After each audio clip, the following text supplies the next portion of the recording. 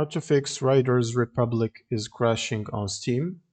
First, you want to go to the library and right click on the game and open up the properties window.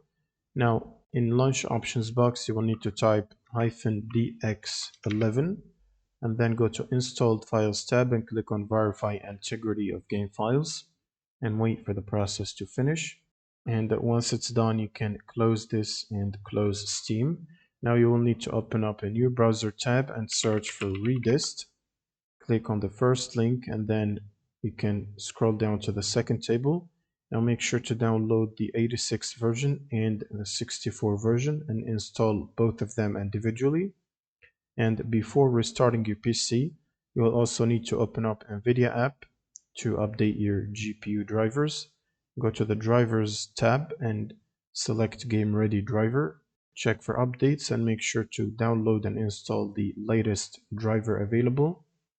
Now you can simply proceed to restart your system. And after restart, you will need to open up Steam as admin, right click on Steam and run as admin.